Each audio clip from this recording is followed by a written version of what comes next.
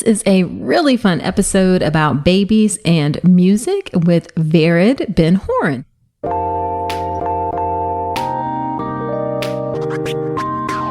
Welcome to the All About Pregnancy and Birth podcast. I'm Dr. Nicole Calloway Rankins, a board-certified OBGYN who's been in practice for nearly 15 years. I've had the privilege of helping over 1,000 babies into this world, and I'm here to help you be calm, confident, and empowered to have a beautiful pregnancy and birth. Quick note, this podcast is for educational purposes only and is not a substitute for medical advice. Check out the full disclaimer at drnicolerankins.com/disclaimer. Now let's get to it. Hey, quick note before the episode. If you've been listening and thinking, okay, but how do I actually get ready for birth?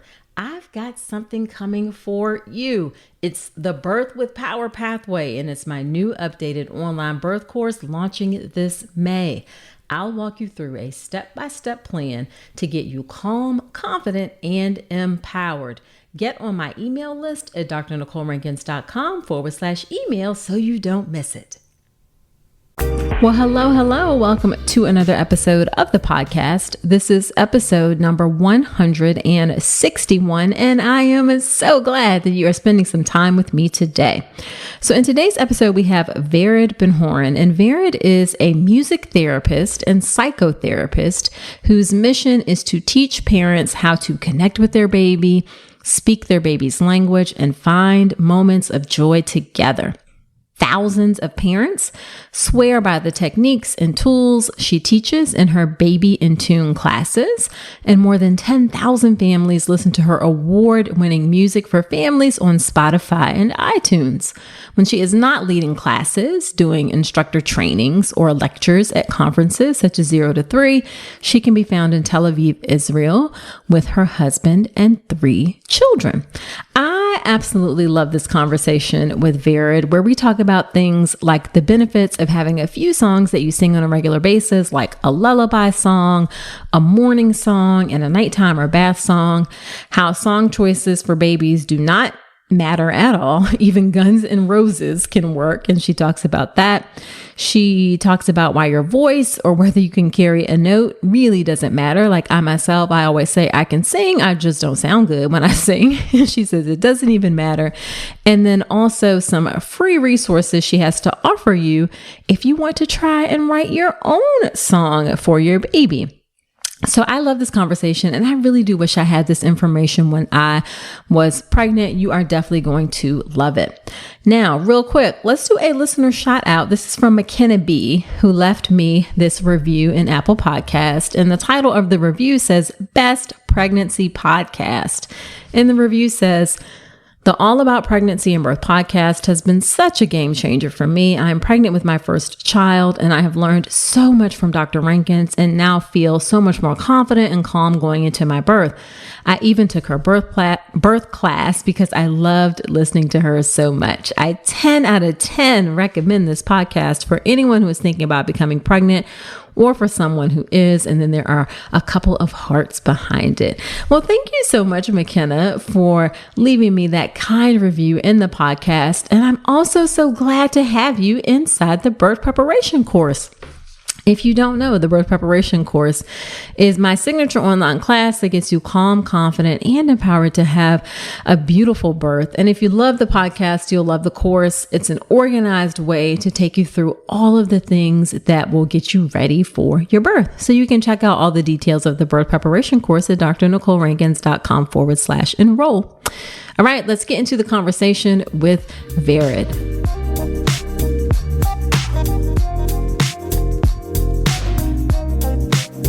Thank you so much, Vered, for agreeing to come onto the podcast. I am so excited to talk to you about your work because it is really, really cool.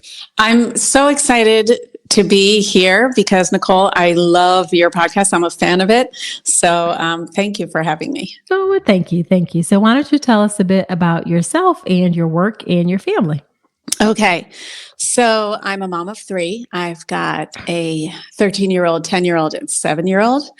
And I'm a music therapist, a psychotherapist, and a musician. And it all started when I was pregnant. And I was actually before that kind of doing a singer-songwriter thing, wanting to be a rock star. And when I was living in the East Village, I was performing with my band. And when I got pregnant, I thought, okay, so I'm either going to keep doing this rock star thing or I'm going to be a grown-up now because I'm pregnant. I have a baby on the way. So I did. I actually decided to give up on the music. And I was already a music therapist. I was already working as a music therapist in various clinics. I had worked in addiction and in psychiatric and with kids. But at that time, I decided to go study clinical psychology. And the program talked a lot about attachment theory, which of course is the research behind what makes for the connection between parents and babies and the different types of connection. And I would go home to my baby and these theories kind of jumped out of the page because I had the baby right there in front of me. Right. And I actually wrote my first song after a day of being in class. We had just learned about the concept of rapprochement, which means this push and pull that babies have, like the desire for independence that they increasingly have, from the moment they can crawl away to the moment they go off to college. And then also the need for the home base, the need for us to be there to comfort them. So it's always this push and pull of away and toward. And so that was so the first song I wrote, the chorus goes, Mama, leave me be, but don't, Mama, leave me be, but don't leave me. And then at the end, actually, the mom says, baby, leave me be, but don't leave me. So after that, I went on to create Baby in Tune, which is classes helping parents connect to their baby, because I actually didn't connect with my baby right off the bat. I think people assume that I did because this is my life's work. Right. But I was sort of the mom who tried to do it all. I was in a PhD program. I was working at a clinic. I was still making, I just decided I'm going to have a baby too. I'm just going to add that on. Didn't work that way.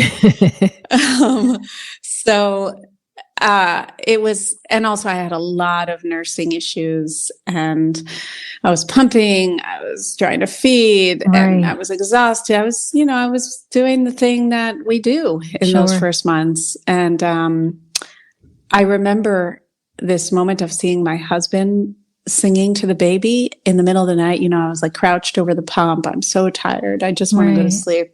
And seeing him going, why am I not singing to the baby? Like, where's my connection right now? How does he have this so naturally? Right. And I remember thinking at that time that it's like in the movies, even in paintings, Leonardo da Vinci paintings, it's kind of assumed you're going to fall in love with your baby right away. And it took me time. I loved my baby, but I remember the moment that I fell in love with him. It was like around 6 months. It took me a little while. And music had a big part in finally finding this connection. And I started to sing again. Like I said, I gave up on the music, so I had a complicated relationship with it. But when I did start to sing again with him, I remember feeling like, oh, I kind of feel more like a rock star right now than I ever have. Just because of the way he was looking at me and the way we felt together. And so that was the start of it all. And then I went to make, so I created classes and more albums. And my goal was to help other parents find their connection with their baby. Oh my goodness. I absolutely love that. It's so amazing how our lives influence our work. And it's great when you get to connect those two and your passion comes out in what you do. Fully. I feel grateful that, having a baby, I think for so many women especially, it derails you from your career.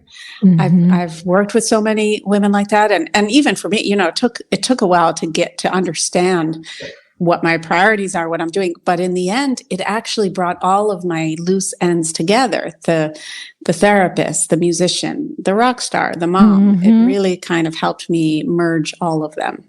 Nice, nice, nice, nice. Let's talk about something most pregnant women aren't getting enough of, omega-3 DHA. The recommendation is over 200 milligrams a day, but less than 5% of pregnant women in the US meet that. That's one of the reasons I love Ritual's Essential Prenatal. It has 350 milligrams of vegan DHA, plus other key nutrients like methylated folate and choline to support baby's neural tube development. As an OBGYN, I appreciate that Ritual goes beyond the basics. The formula is science-backed, third-party tested for heavy metals and microbes, and every ingredient is traceable. And the delayed release design, it's gentle on the stomach, something that really matters, especially if there's trouble with nausea during pregnancy. You deserve to know exactly what you're putting into your body, especially when it comes to prenatal multivitamins. And with Ritual's dedication to traceable science and sourcing, you always will. See for yourself with 25% off your first month at ritual.com/Dr. Nicole. Start Ritual or add Essential Prenatal to your subscription today. That's ritual.com/Dr. Nicole for 25% off your first month. Now, you said you're a therapist, you have a PhD, and you're also trained in music therapy as well. I actually don't have a PhD. I never fully finished the program because I got pregnant with my second, but I have a master's in clinical psychology. I have a master's in music therapy. And I've made 3 albums for parents and babies. Got it. Yeah, I know that PhD struggle. My husband left the PhD program, so I totally understand how that goes. Oh my goodness. Yeah. Does he regret it? No, he actually went on and did another program and ultimately finished. It took a while, but it also took a while to realize that the first program wasn't the right one either. So, right. Yeah, you just, it's always tell folks like a PhD is so much harder than an MD, I think. Oh yeah. That like you have to, and I'm going on a tangent here, but like an MD is a defined, like you take these classes and you're done, whereas a PhD can go on forever. So anyway, it's 5-6 years of research. Yes. One day I think I will go back to it. At the moment I'm actually working on a book, so I'll probably do this and then do that. But I am thinking that at some point, I might go back. Maybe you'll go back to it. Yeah. So let's talk about singing to their babies. Why is it important for moms to sing to their babies during pregnancy? Yeah. Okay. So there's a lot of research showing that when pregnant women and when we sing, whether it's women or men, when caregivers sing to their baby in vitro, that it actually affects the baby's behavior afterwards. It affects the baby's behavior once they're born. So they're soothed for longer periods of time. Yes, it's an amazing study that shows that if you sing to them in vitro, they stay soothed for longer. So that's one reason that it seems to have a correlation between that and being calm. The other is that, and this is more intuitive, that there are so many benefits of music. As we know, there's a lot of research behind it, but there's also our feeling about it, that it calms us, it lowers our cortisol, we get endorphins, we get happier, we feel better, it can be calming, it can be energizing. And that really helps in pregnancy as well, because 100%, yeah. Yes. I mean, so many changes are happening in the body. It's very stressful, and music helps us out of that a little bit, out of these little physical discomforts and into a place that's, I think some people might say music makes them feel more spiritual or more, for me, I always feel like it brings me into my sensing self and out of my thinking self. I love that. so I'm kind of more in the moment. I'm feeling my movements, and I'm looking around differently. I'm smelling, I'm tasting, I'm like feeling more grounded. And that is so important during pregnancy as well. I mean, for me, it was for sure. Absolutely. Absolutely. So what do you have any specific recommendations on what folks should sing, how often they should sing, or just, what do you have thoughts about that? So one thing that I definitely recommend, there's two big recommendations. One is to start singing your lullaby now, to start thinking about what the lullaby will be, and start singing it now. First of all, because what I was saying with this research study that shows they'll stay calmer for longer, but also because the baby, another study shows the baby remembers.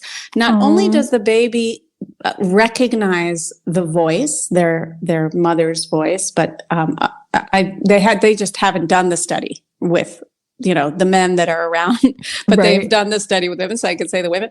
But they definitely recognize the voice. So that's one is just singing in general. But if you sing the same song, they also recognize that song. And there was a study done where even like 4 months later, they still remembered the song that was sung to them in vitro. So picking a lullaby and starting to sing it, so now let's go into life after birth. The lullaby is going to be your best friend. It's such a great tool for bedtime because our babies really speak music from day one. They hear melodies, and the repetition of the melody helps them get used to it, so that once you sing a lullaby every night, it becomes a behavioral cue. So just like the pacifier or the lovey becomes a physical cue, the lullaby is an audio cue. The more you sing it, the baby will rub their eyes and they'll yawn just at the sound of it. And what I love about the lullaby that goes beyond a transitional object like a pacifier is that I think of it as like an emotional transitional object, in the sense that when you're singing the lullaby to your baby, whether it's in vitro or post, there's a lot of emotion that goes into singing. Singing and music in general makes us feel emotional, vulnerable. There are studies about that too. Like, for instance, people who wrote, they were writing a paper, I think, in college, and some were listening to music, some weren't. Those who were listening to music, their writing was a million times more emotional, which totally makes sense. Right. But so when we sing to our baby, there's a lot of emotion that comes with it. And our babies pick up on that, which, by the way, is the reason they prefer to hear us sing rather than speak. And that means that we're conveying so much emotion within this lullaby. And what that means is that tomorrow, when grandma wants to put the baby to bed, and she sings this lullaby, let's say "You Are My Sunshine" or whatever, the baby is still feeling those feelings that they felt when mama sang it. So that's what I mean by this emotional transitional object, that now the nanny can sing it. Now the daycare people can sing it. And it's evoking this kind of safety. Okay. And you're not saying like you have to make up your own song or anything. Just pick something that you like you said, "You Are My Sunshine," or whatever you want to do works. Yeah. So let's talk about song choice for a second. There are so many amazing lullabies out there. I actually have a whole list. So if anybody's listening here and they want, I've just collected over the years all of the lullabies that parents have told me that they sing. And some are like, you wouldn't think they're a lullaby. Like I remember a parent who sings "Sweet Child of Mine," Guns N' Roses, to the baby, and just slowed down. So anything, there's no research on, what a lullaby needs to be. It is true that often lullabies are in 3, meaning 1, 2, 3, 1, 2, 3, 1, 2, rock-a-bye baby, 1, 2, 3, 1. But they don't have to be. That's sort of a swinging feel. They really can be any song. So I would say, yes, pick a song that means something to you. I think it is, you're going to be singing this song a lot, like possibly for the next 5 years, every single day.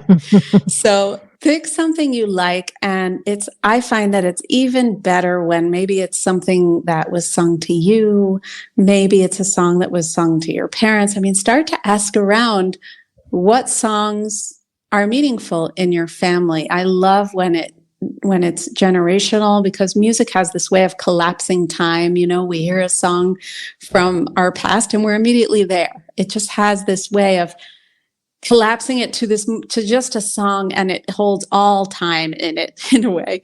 So pick one that maybe your grandmother sings, or something that was sung to her. And the other option is, like you're saying, to write one.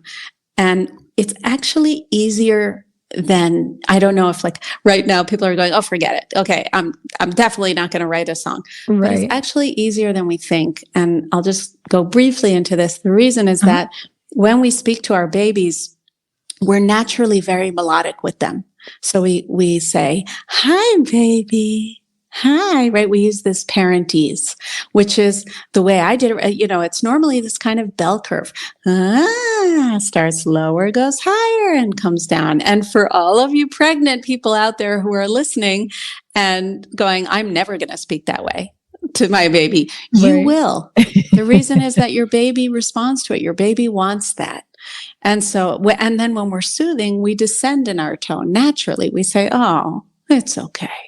Come here, baby. And so we're already so melodic with our babies. And so I find that writing a song, and when I help parents write a song for their baby in my classes, it's really just a matter of connecting to that melody you're already using with your baby.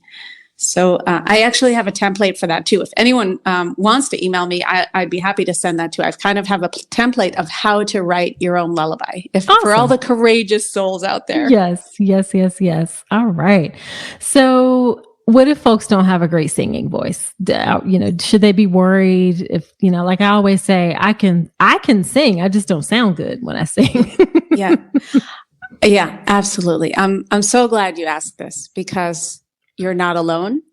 In fact, I think that 100% of the people feel that they don't have a good singing voice. And I'm talking like even Beyonce. I think even people who are, you know, the best at singing have singing insecurities. They just expect more of themselves. The reason is that, like I was saying before, it's very emotional to sing, which means that we feel more vulnerable. And also, most of us, if not all of us, have been told at some point in our lives to stop singing.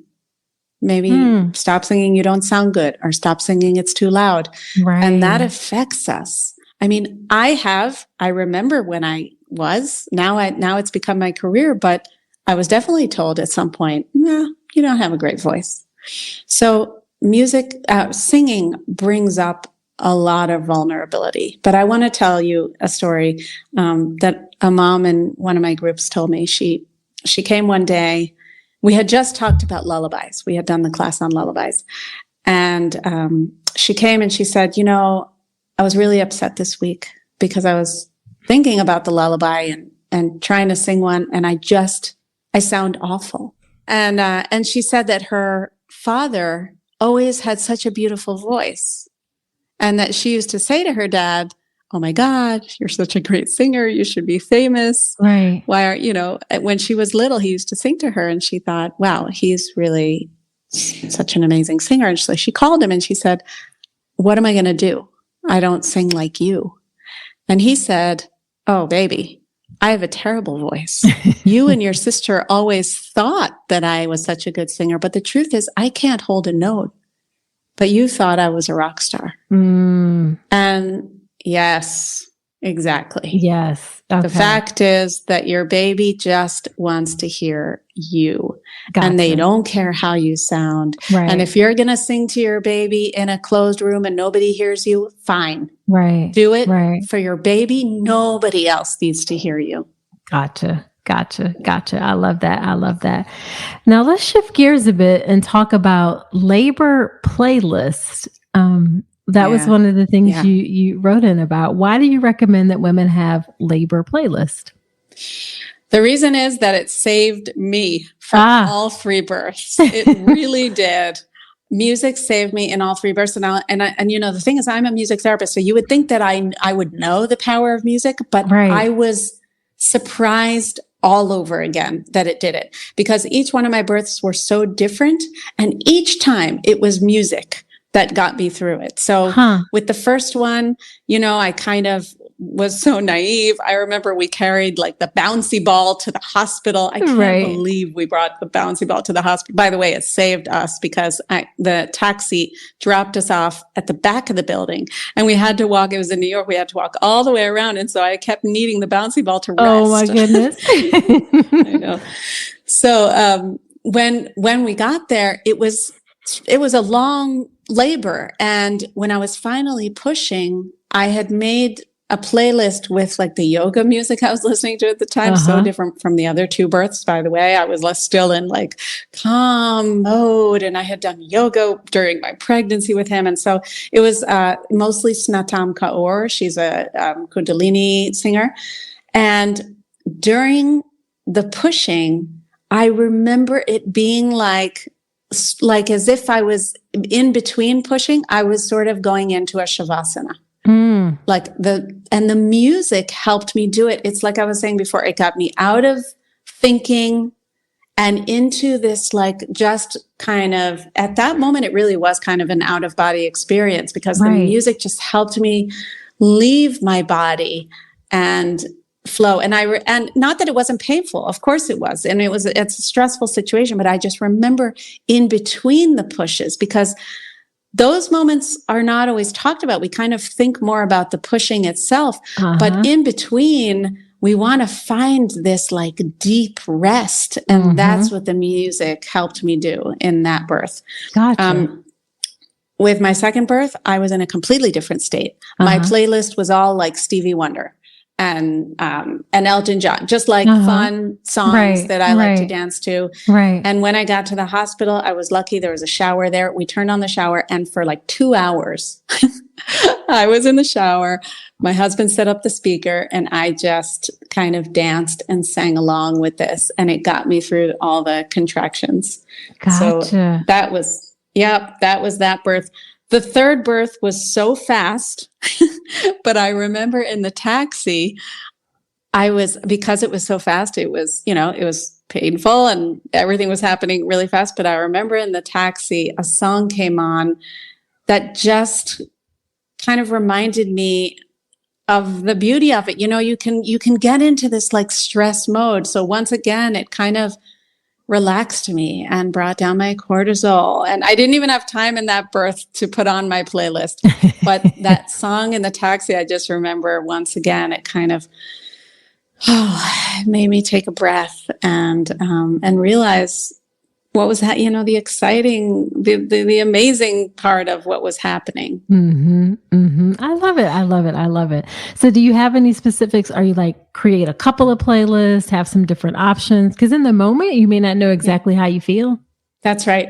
So yeah, I do like the idea of creating a couple of different playlists. You might want, more upbeat, but I think that it really has to do with what music you're listening to during the pregnancy. What I find is that people's playlists that work during the birth are, there's a reason that certain songs are coming up for you during the pregnancy. So what are those songs that you're wanting to hear these days? What are the things that you're going to, on Spotify? And it doesn't matter how silly and weird and maybe it's something from high school. It does, whatever it is, that's what this baby is kind of calling for. That's what your body is calling for at the moment. So I do love one playlist just really being with all of the songs that are coming up. And then, I do think it's a nice idea to have a secondary playlist of, if that's upbeat, go do something calmer and vice versa. And maybe even have your partner or, friend or doula or whoever's going to be there with you, kind of suggest some stuff too, or make their playlist, because you never know how long you're going to be there. That is very true. Very true. And I love the idea of there's a reason that songs are coming up, pay attention to those little nudges. Yeah. Exactly. You I know. mean, so when my first was born, the lullaby I started singing was Twinkle Twinkle, and I was like, oh God, I can't believe this is the one. But what are you gonna do? That's the one. That was the one that came up with him, and that's the one I had to stick with because I felt like, all right, well, I guess that's what this baby wanted. Right. Oh, all right. So let's switch gears and talk about after baby is here. I know you said you recommend having, sung a lullaby. Is there any other music that mom should prepare for after baby arrives, or songs, or what are your thoughts on that? Yeah. So definitely, I just want to reiterate the lullaby. And by the way, the lullaby, have a conversation with your partner. If there's a partner that's going to be with you, they can have their own lullaby too. It doesn't have to be something that you absolutely both, agree on. It can be a different one. My husband sang a lullaby in Hebrew. I sang a different one. And it will become the behavioral cue. Your baby it'll also be a mental cue. They'll kind of know that bedtime's coming. It's just so helpful. And along those lines, you can use the same theory for the morning song, the diaper changing song, the feeding song, because our babies really speak music from day one. They of course are not speaking language. They're kind of their language is body, voice, face, right? It's the gestures. This is the language our babies speak, and melody. You just see it right away that how babies are tuned into melody. How after only 2 times of singing a song, they already know it. And there are studies about this too, by the way, with like babies hearing a rhythm and then hearing it again with a slight change and being able to and actually hearing the difference.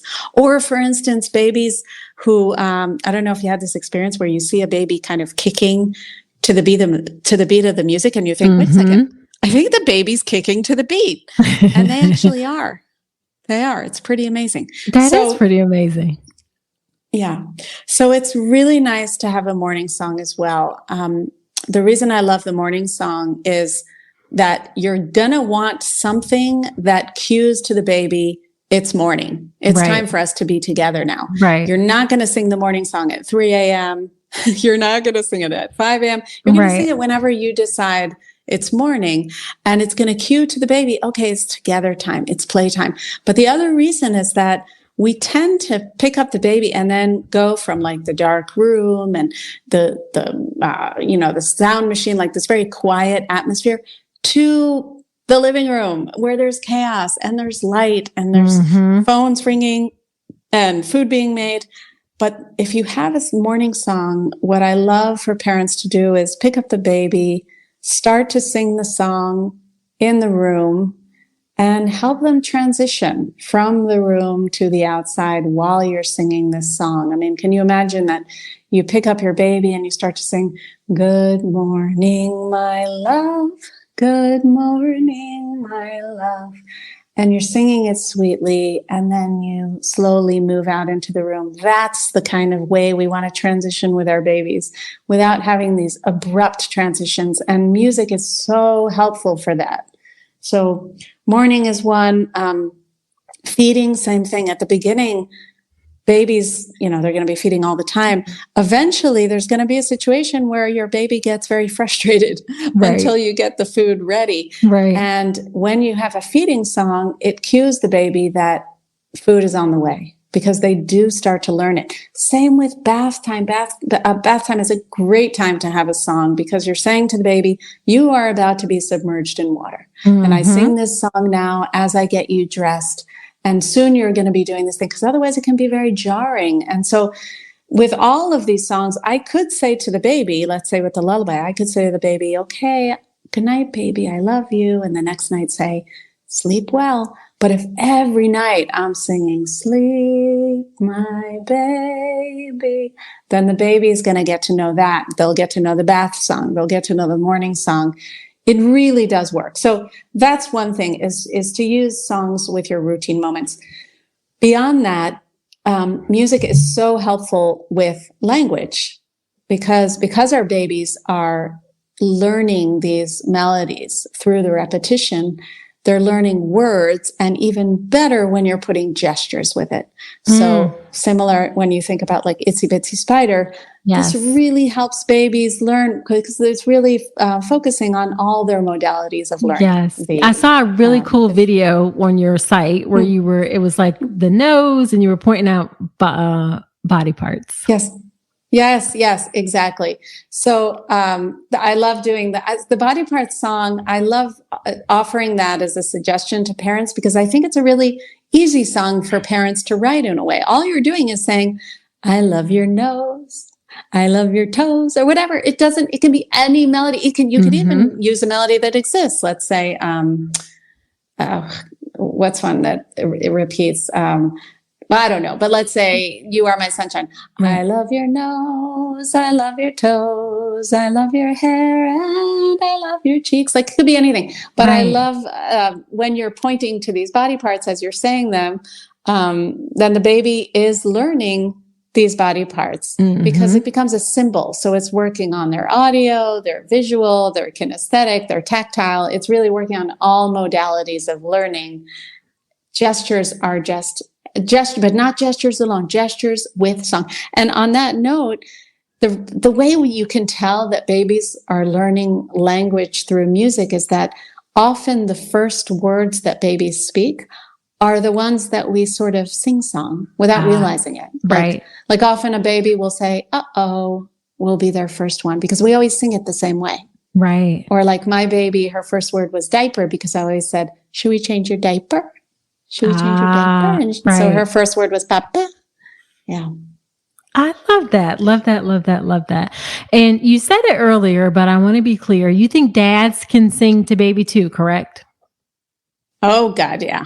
Yes. I mean, like I said, my husband was the crooner way before me. And by the way, dads actually have a more resonant tone because they have a deeper tone. Their chest is vibrating more. So their chest is sort of like a natural vibrating chair for the baby in those first months, especially when they're kind of in froggy position and all they want to do is just lie on your chest. Right. The dad singing is beautiful because it creates a lot of vibration that our voices, we can try to do that and we can bring down our voices as low as possible, which I do work on that with the parents. How can we have a more resonant voice and a calmer voice, a voice that's more soothing? But dads have a very low and resonant tone. Got it. Love it. Love it. Love it. So dads, you can sing too. So as we wrap up, what would you say is the most frustrating part of your work? What's the most frustrating? And these are questions I ask all my guests. So what do you think is the most frustrating part? All right. So I do these classes and they're helping parents find these connection moments with their baby. They're really helping them find these moments of sort of like these magical moments.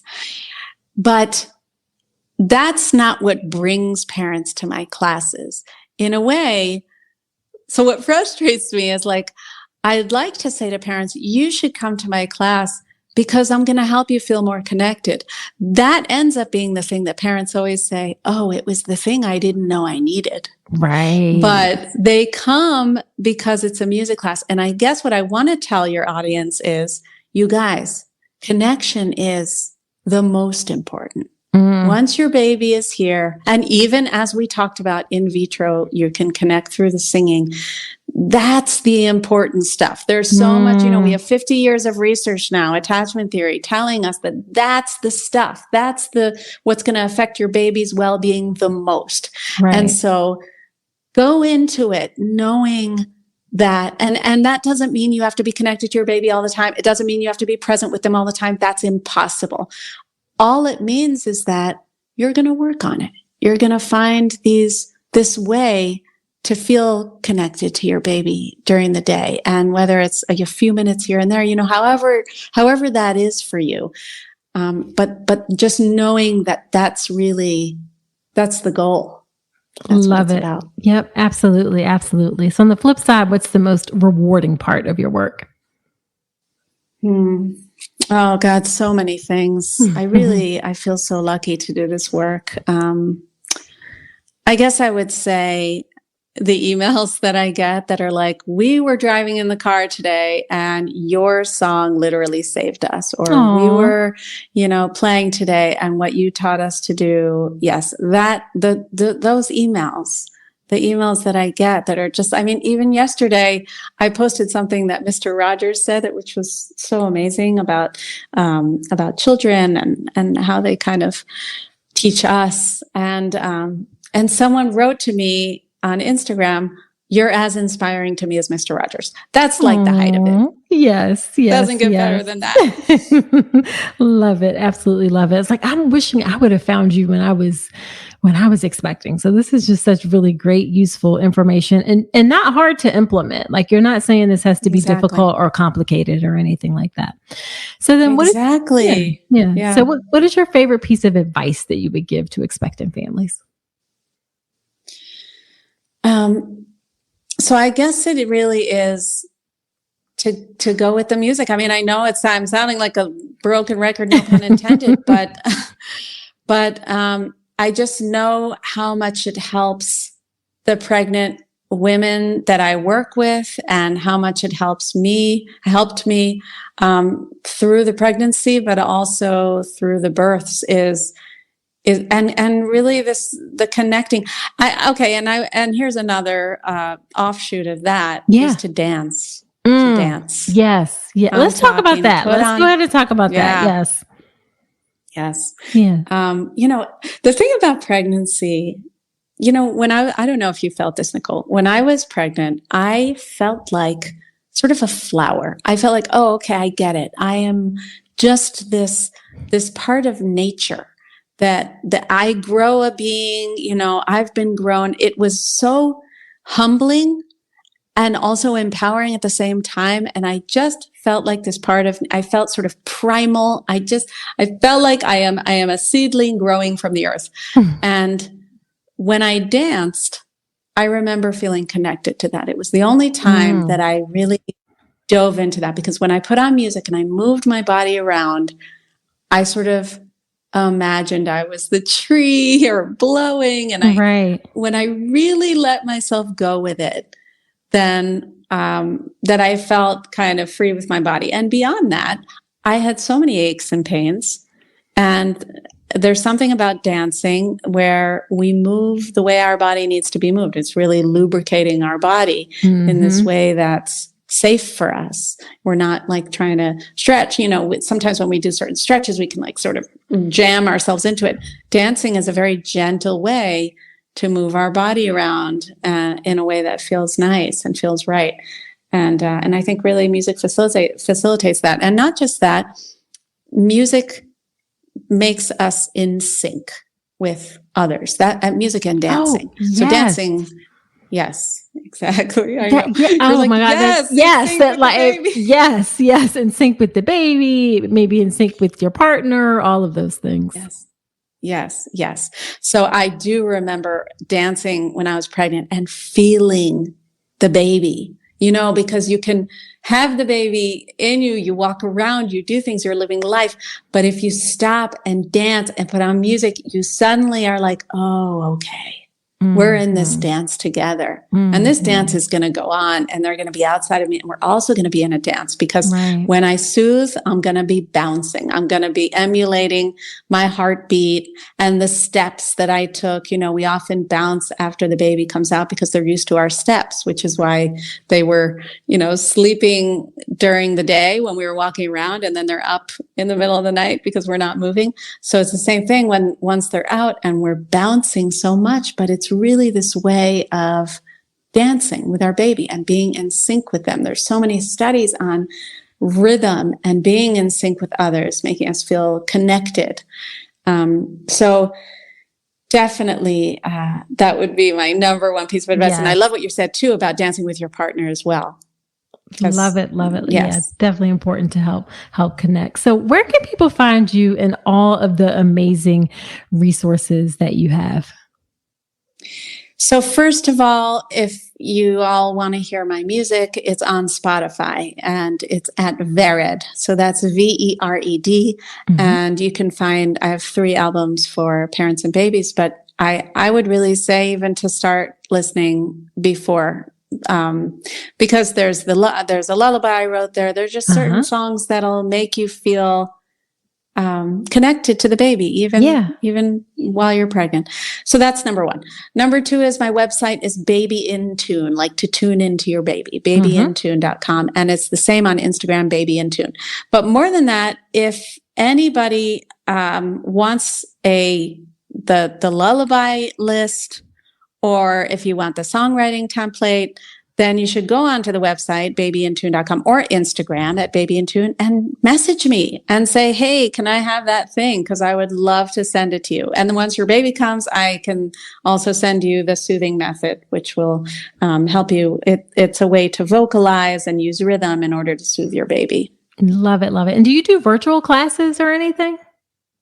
I do, yeah. So I have classes on Zoom, and then there's classes in New York as well. Awesome. Perfect. Well, thank you so much for coming onto the podcast, Vered. This was really great information. I know folks are going to love it. Oh, thank you so much. I've loved this conversation.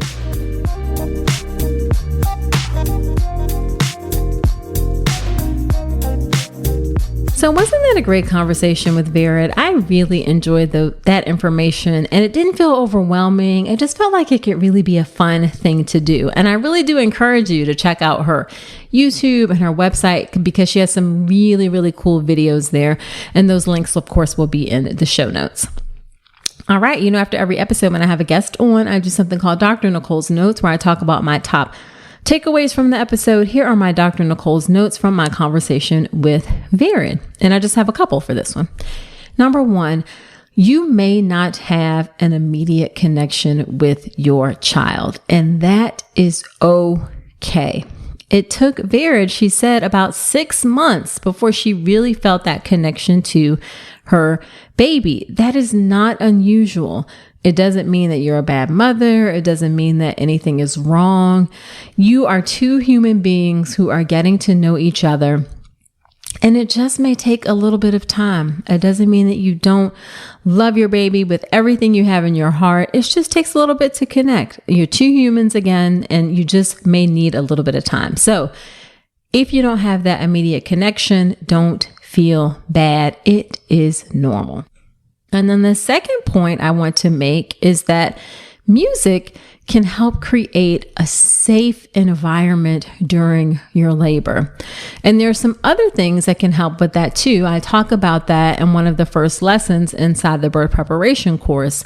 The fact that having a safe environment, or you feeling safe, is so important to help you relax into the process of labor and birth. If you are in a state where you feel fear, your body can shut down and labor won't happen. This is something that can actually happen in all mammals, where labor will stop if you feel like you are scared or afraid or not in a safe place. And music is one of the ways that you can help feel safer and more comfortable. Some other things that you can do are lights. Dim lights in the room often help. You can also use aromatherapy, like certain smells can help. You can also use things that make you feel at home, make you feel comfortable, like personal items, like a blanket or a pillow, or having photos around of people who are important to you. Again, I talk about that in more detail inside the birth preparation course. You can check out the birth preparation course at drnicolerankins.com/enroll. All right. So there you have it. I hope you enjoyed the episode. If you did, can you share it with a friend? Sharing helps the show to grow. It helps me to further my mission of serving as many first-time moms, especially, as possible. So please share this episode with a friend if you enjoyed it. Also subscribe to the podcast in Apple Podcast or wherever you're listening to me right now. And I would love it if you leave that review, because I do shout outs from the reviews. And more importantly, I just love to hear what you think about the show. Also, do come follow me on Instagram, where we can continue the conversation there. There's also lots of great information that I post on Instagram about pregnancy and birth, including some funny stuff as well. So follow me on Instagram at Dr. Nicole Rankins. All right, so that's it for this episode. Do come on back next week and remember that you deserve a beautiful pregnancy and birth.